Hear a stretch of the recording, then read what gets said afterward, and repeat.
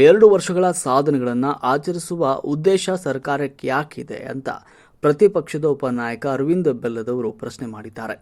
2 ವರ್ಷಗಳಲ್ಲಿ ನೂರಾರು ಗರ್ಭಿಣಿಯರು ಸಾವನ್ನಪ್ಪಿದ್ದಾರೆ. ಆದರೆ ಸರ್ಕಾರ ಅದನ್ನ ಮರೆತು ಸಾಧನೆಗಳ ಕುರಿತು ಆಚರಿಸುವುದಕ್ಕೆ ಮುಂದಾಗ್ತಾ ಇದೆ ಅಂತ ಕಿಡಿಕಾರಿದ್ರು.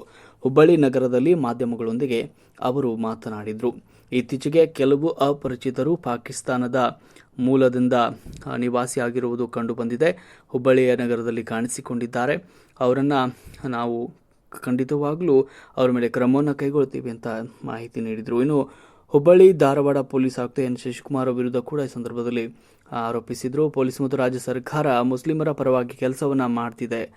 ವೀಸಾ ಮುಕ್ತ ಪಾಕಿಸ್ತಾನ ಪಾಸ್ಪೋರ್ಟ್ ಅನ್ನು ಎಷ್ಟು ಜನರು ತನಿಖೆ ಮಾಡಿದ್ದಾರೆ ಅಂತ ಈ ಸಂದರ್ಭದಲ್ಲಿ ಪ್ರಶ್ನೆ ಮಾಡಿದ್ದಾರೆ ಅರವಿಂದ ಬೆಲ್ಲದವರು.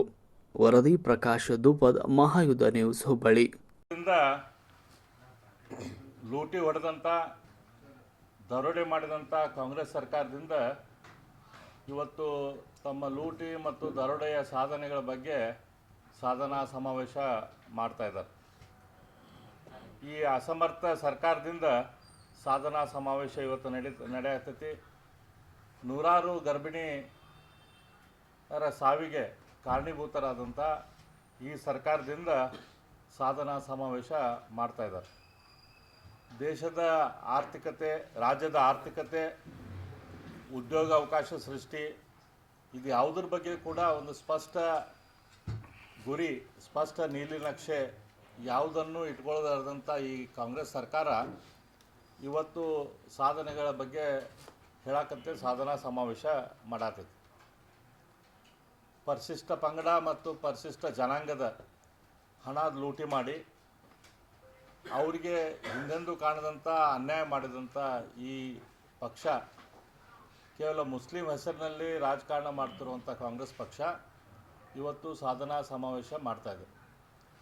ಈ ವಿಷಯಗಳ ಬಗ್ಗೆ ಕಾಂಗ್ರೆಸ್ ಸರ್ಕಾರದ 2 ವರ್ಷದ ದುರಾಡಳಿತ, ಭ್ರಷ್ಟಾಚಾರ, ಅದು ಲೂಟಿ ಮಾಡಿದಂಥ ಎಲ್ಲ ವಿಷಯಗಳ ಬಗ್ಗೆ ಮಾನ್ಯ ಮಿತ್ರರಾದ ಶ್ರೀ ಮಹೇಶ್ ತೆಂಗಿನಕಾಯಿ ಅವರು ವಿವರವಾಗಿ ಹೇಳಿದ್ದಾರೆ.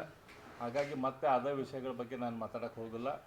ಹಾಗಾಗಿ ಈ ಸಂದರ್ಭದಲ್ಲಿ ಹೇಳೋದಿಷ್ಟ, ಈ ಭ್ರಷ್ಟ ಕಾಂಗ್ರೆಸ್ ಸರ್ಕಾರಕ್ಕೆ ಯಾವುದೇ ರೀತಿಯ ನೈತಿಕತೆ ಇಲ್ಲ ಇವತ್ತು ಸಾಧನಾ ಸಮಾವೇಶ ಮಾಡೋಕ್ಕೆ. ಯಾಕಂದ್ರೆ ಮುಖ್ಯಮಂತ್ರಿ ಆಗಿ ಕೆಳಗಿನವ್ರ ತನಕ ಎಲ್ಲರದ್ದು ಅವ್ರದ್ದು ಕೆಲಸ ಲೂಟಿ ಹೊಡೆಯೋದು ಆಗೈತೆ. ಹಾಗಾಗಿ ಇವರು ಲೂಟಿ ಹೊಡೆಯೋದ್ರ ಬಗ್ಗೆ ಏನು ಸಾಧನಾ ಸಮಾವೇಶ ಮಾಡ್ತಾರೋ ಅದು ನಮಗಂತೂ ಗೊತ್ತಾಗ್ತಾ ಇಲ್ಲ. ಹಾಗಾಗಿ ಈ ಸಾಧನಾ ಸಮಾವೇಶದ ನಾಟಕ ಬಿಡ್ರಿ, ಇಷ್ಟು ದಿನ ಲೂಟಿ ಹೊಡೆದ್ರೆ ಸಾಕು. ಈಗ ಆದರೂ ಕೂಡ ಜನರ ಸೇವೆ ಮಾಡುವಂಥದ್ದು, ಕರ್ನಾಟಕದ ಸೇವೆ ಮಾಡುವಂಥ ಕೆಲಸ ನೀವು ಮಾಡಿರಿ ಅಂಥೇಳಿ ನಾವು ಅವ್ರಿಗೆ ವಿನಂತಿ ಮಾಡ್ತೇವೆ. ಮಾರ್ಚ್ 31 ಏನು ಮುಗೀತು, ನಮಗೆ ಇನ್ನೂ ಸರಿಯಾದ ಅಂಕಿ ಸಂಖ್ಯೆಗಳನ್ನು ಸರ್ಕಾರ ಬಿಡುಗಡೆ ಮಾಡಿಲ್ಲ. ನಾವು ಬಜೆಟ್ ಟೈಮ್ದಲ್ಲಿ ಸರ್ಕಾರ ಹೇಳಿದ ಪ್ರಕಾರ, ಸರ್ಕಾರ ಕೊಟ್ಟ ಅಂಕಿ ಸಂಖ್ಯೆಗಳ ಪ್ರಕಾರ ನಮ್ಮದು ರೆವಿನ್ಯೂ ಕಲೆಕ್ಷನ್ ಆಗಿತ್ತಂದ್ರೆ 2.97% ಆಫ್ ದ GDP ಸರ್ಕಾರದ ಸಾಲ ಆಗ್ತಿತ್ತು. ನಮ್ಮ ಸರ್ಕಾರದ, ಕೇಂದ್ರ ಸರ್ಕಾರದ ಗೈಡ್ಲೈನ್ಸ್ ಏನೈತಂದ್ರೆ ಫೈನಾನ್ಸ್ ಕಮಿಷನದ್ದು 3%ಕ್ಕಿಂತ ಹೆಚ್ಚು ನಮ್ಮದು ಸಾಲ ಹೆಚ್ಚು ಆಗಬಾರ್ದು, 3% GDPಗಿಂತ. ಆದರೆ ಇವ್ರದ್ದು ಇವತ್ತೇನಿದೆ, ಮೊನ್ನೆ ಕಲೆಕ್ಷನ್ ಟಾರ್ಗೆಟ್ ಏನು ಡ್ರಾಪ್ ಆಗೈತಿ. ನನಗೆ ಗೊತ್ತಿದ್ದ ಮಟ್ಟಿಗೆ ಸುಮಾರು 18,000 ಕೋಟಿ ರೂಪಾಯಿ ಅಷ್ಟು ರೆವಿನ್ಯೂ ಕಲೆಕ್ಷನ್ದಲ್ಲಿ ಡ್ರಾಪ್ ಆಗೈತೆ. ಇದ್ರ ಪ್ರಕಾರ ನನಗನ್ಸಿದ ಮಟ್ಟಿಗೆ ಫಸ್ಟ್ ಟೈಮ್ ನಮ್ಮ ಹಿಸ್ಟ್ರಿಯಲ್ಲಿ, ಕರ್ನಾಟಕ ರಾಜ್ಯದ ಇತಿಹಾಸದಲ್ಲಿ ಇದೇನು 16 ಸರ್ತಿ ನಾ ಬಜೆಟ್ ಕೊಟ್ಟೇನೆ ಅಂತೇಳಿ ತಾವು ದುಬ್ಬ ಚಪ್ಪರ್ಸ್ಕೊತಾರೆ ಸಿದ್ದರಾಮಯ್ಯನವರು. ಅವರ ಆಡಳಿತದಲ್ಲಿ ಕರ್ನಾಟಕದ ಆರ್ಥಿಕ ಪರಿಸ್ಥಿತಿ 3%ಕ್ಕಿಂತ ಹೆಚ್ಚು ಸಾಲ ಮಾಡಿದಂಥ ಪರಿಸ್ಥಿತಿಯಾಗಿ ನಾವು ಬರ್ತೇವೆ. ಹಾಗಾಗಿ ಇದೇನು ರೋಗ ರಾಜ್ಯಗಳೇನದಾವೆ, ಫೈನಾನ್ಷಿಯಲ್ ಇಂಡಿಸಿಪ್ಲಿನ್ ಇರುವಂಥ ರಾಜ್ಯಗಳ ಪಟ್ಟಿಗೆ ನಮ್ಮ ಕರ್ನಾಟಕವನ್ನು ಕೂಡ ಸೇರಿಸಿದಂಥ ಖ್ಯಾತಿ, ಅತ್ಯಂತ ದೊಡ್ಡ ಪ್ರಮಾಣ ಸಾಲ ಮಾಡಿದಂಥ ಖ್ಯಾತಿ ಶ್ರೀ ಸಿದ್ದರಾಮಯ್ಯನವರಿಗೆ ಮತ್ತು ಕಾಂಗ್ರೆಸ್ ಸರ್ಕಾರಕ್ಕೆ ಹೋಗ್ತದೆ. ನಾವು ಸಾಲ ಮಾಡಿಸಲಿಕ್ಕೆ ಕಾರಣ ಕೇಂದ್ರ ಸರ್ಕಾರ ಕೊಡ್ತಾ ಇಲ್ಲ. ಮನೆ ಡಿಸಾಸ್ಟರ್ ಹೇಳಿದ್ದಾರೆ 5,000 ಕೋಟಿ ರೂಪಾಯಿ ತಕ್ಷಣ ಬಿಡುಗಡೆ ಮಾಡಬೇಕು. GST ಸೇರಿದಂತೆ ಅನೇಕ ಸಾವಿರಾರು ಕೋಟಿ ರೂಪಾಯಿನ ಪೆಂಡಿಂಗ್ ಇರುವಂಥ ಕೇಂದ್ರ ಸರ್ಕಾರ. ನೋಡಿರಿ, GST ಏನು ಯಾವ ಹಂತದಲ್ಲಿ ಯಾವ ರೀತಿ ಬಿಡುಗಡೆ ಮಾಡಬೇಕು ಅದನ್ನು ಕೇಂದ್ರ ಸರ್ಕಾರ ಬಿಡುಗಡೆ ಮಾಡೇ ಮಾಡಾತೈತಿ.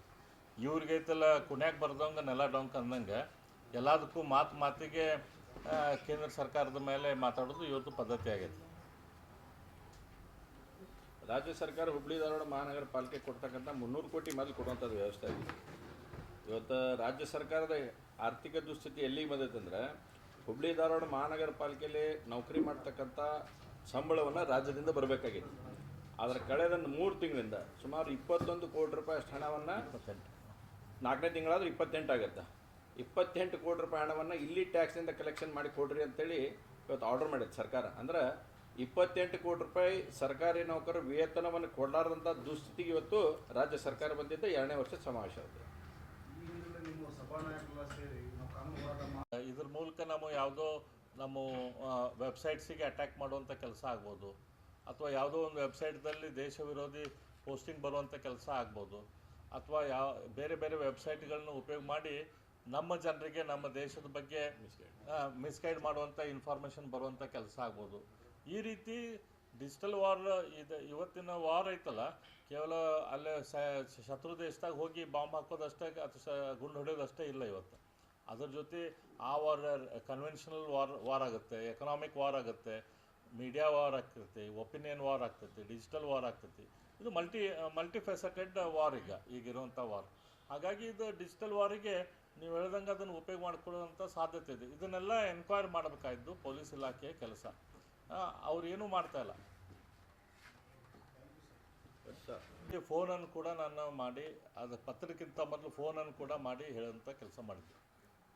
ನಮ್ಮ ಕೆಲವು ಮಸೀದಿಗಳಿಗೆ ಏನು ಬರ್ತಾ ಇದ್ದಾರೆ ಜನ, ಅದರಲ್ಲಿ ಸಾಕಷ್ಟು ಜನ 7-8 ಜನರ ಗುಂಪು ಬೇರೆ ಮಸೀದಿಗಳಿಗೆ ಯಾರು ಹೋಗ್ತಿದ್ದಾರೆ ಅವರು ಇಲ್ಲಿಯವ್ರು ಲೋಕಲ್ಸ್ ಅಲ್ಲ, ಅವರು ನಮ್ಮ ದೇಶದವ್ರಂಗೆ ಅನಿಸೋದಿಲ್ಲ, ಬೇರೆ ಹೊರ ದೇಶದವ್ರಂತೆ ಅನ್ನಿಸ್ತಾ ಇದ್ದಾರೆ.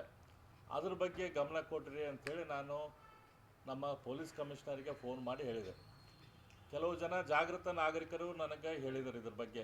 ಈ ರೀತಿ ನಾವೆಲ್ಲ ನಮ್ಮ ಮನೆ ಸುತ್ತಮುತ್ತಲ ಏನು ಮಸೀದಿ ಐತಿ, ಆ ಮಸೀದಿಗೆ ಬರುವಂಥ ಜನ ಲೋಕಲ್ಸ್ ಅನ್ನಿಸ್ತಾ ಇಲ್ಲ.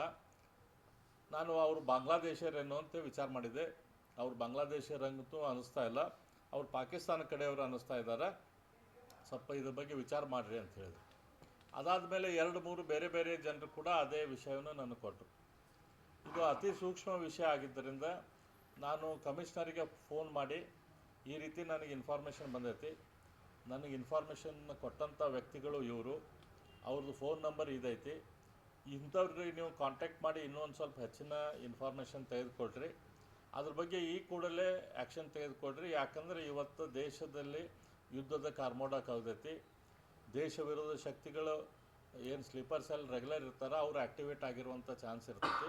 ಹಾಗಾಗಿ ಇಮಿಡಿಯೇಟ್ಲಿ ಇದ್ರ ಬಗ್ಗೆ ಆ್ಯಕ್ಷನ್ ತೆಗೆದುಕೊಳ್ರಿ ಅಂತ ನಾನು ಕಮಿಷನರಿಗೆ ಹೇಳಿದೆ. ಅದಲ್ಲದೆ ಪತ್ರವನ್ನು ಕೂಡ ಕಮಿಷನರಿಗೆ ಬರೆದೆ, ಅದೇ ರೀತಿ ಹೋಮ್ ಮಿನಿಸ್ಟ್ರಿಗೂ ಕೂಡ, ಗೃಹ ಮಂತ್ರಿಗಳಿಗೂ ಕೂಡ ಪತ್ರವನ್ನು ಬರೆದೆ.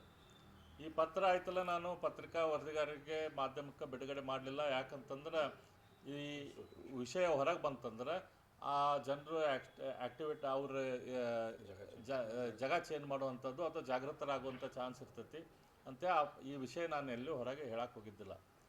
ಮೇ 10ಕ್ಕೆ ಪತ್ರ ಕೊಟ್ಟರು ಕೂಡ ಇವತ್ತಿನ ದಿನ ತನಕನೂ ಒಂದು ಕೆಲಸ ನನಗೆ ಗೊತ್ತಿದ್ದ ಮಟ್ಟಿಗೆ ನಮ್ಮ ಧಾರವಾಡದ ಪೊಲೀಸ್ ಕಮಿಷನರು ಅವ್ರ ಸಿಬ್ಬಂದಿ ವರ್ಗದವರು ಮಾಡಿಲ್ಲ. ಇದ್ರ ಜೊತೆ ಇನ್ನೂ ಒಂದಷ್ಟು ಡೆವಲಪ್ಮೆಂಟ್ಗಳು ನಮಗೆ ಗೊತ್ತಾಗಿದ್ದಾವೆ. ಮೇ 2ನೇ ತಾರೀಕಿನಿಂದ ಮೇ 10ನೇ ತಾರೀಕಿನ ತನಕ, ಇದೇ ತಿಂಗಳ ಮೇ 2ನೇ ತಾರೀಕಿನಿಂದ ಮೇ 10ನೇ ತಾರೀಕಿನ ತನಕ ಅತ್ಯಂತ ಹೆಚ್ಚಿನ ಪ್ರಮಾಣದ ಸಿಮ್ಗಳು ಮಾರಾಟ ಆಗೈತಿ. ಒಬ್ಬ ವ್ಯಕ್ತಿ 4-5 ಜನರ ಹೆಸರಲ್ಲೇ, ಇನ್ನೊಬ್ಬ ವ್ಯಕ್ತಿ ಇನ್ನೂ 4-5-6 ಜನರ ಹೆಸರಲ್ಲೇ, ಈ ರೀತಿ ದೊಡ್ಡ ಪ್ರಮಾಣದ ಸಿಮ್ಗಳ ಖರೀದಿ ಆಗೈತಿ. ಈ ಮೊಬೈಲ್ ಸಿಮ್ಗಳನ್ನು ಯಾರು ಖರೀದಿ ಮಾಡಿದರು, ಯಾಕೆ ಖರೀದಿ ಮಾಡಿದರು, ಅವರು ಅದನ್ನು ಯಾವ ರೀತಿ ಮಲ್ಟಿಮೀಡಿಯಾ ವಾರ್, ನಮ್ಮ ದೇಶದ ಸ್ವಾಯತ್ತತೆ ಬಗ್ಗೆ, ನಮ್ಮ ದೇಶದ ವಿಚಾರಗಳ ಬಗ್ಗೆ ಅದ್ರ ವಿರುದ್ಧವಾಗಿ ಬಳಸಾಕ ಆ ಸಿಮ್ಗಳ ಉಪಯೋಗ ಆಗ್ತಾ ಇದ್ದಾವೇನೋ, ಯಾವ ರೀತಿ ಸೋಷಿಯಲ್ ಮೀಡಿಯಾ ಮೆಸೇಜಸ್ ಆ ಸಿಮ್ಗಳನ್ನು ಉಪಯೋಗ ಮಾಡಿ ಪ್ರಚಾರ ಮಾಡ್ತಿದ್ದಾರೆ, ದೇಶ ವಿರೋಧಿ ಶಕ್ತಿಗಳು ಯಾವ ರೀತಿ ಕೆಲಸ ಮಾಡ್ತಿದ್ದಾರೆ, ಇದನ್ನೆಲ್ಲ ಎನ್ಕ್ವೈರಿ ಮಾಡಬೇಕಾಗಿದೆ. ಆದರೆ ನಮ್ಮ ಪೊಲೀಸ್ ಕಮಿಷನರು ಮತ್ತು ಅವ್ರ ಸಿಬ್ಬಂದಿ ವರ್ಗ ಸಂಪೂರ್ಣವಾಗಿ ವಸೂಲಿ ದಂಧೆಯಲ್ಲಿ ಇಳಿದಿದ್ದಾರೆ. ಯಾವುದೇ ರೀತಿಯ ಜನರಿಗೆ ಅನುಕೂಲ ಆಗುವಂಥ ಕೆಲಸ ನಮ್ಮ ಹುಬ್ಬಳ್ಳಿ ಧಾರವಾಡದಲ್ಲಿ ಆಗ್ತಾಯಿಲ್ಲ. ಇವತ್ತು ಮಟಕಾ ದಂಧೆ ಇರ್ಬೋದು, ಬೆಟ್ಟಿಂಗ್ ಇರ್ಬೋದು, ಗಾಂಜಾ ಇರ್ಬೋದು,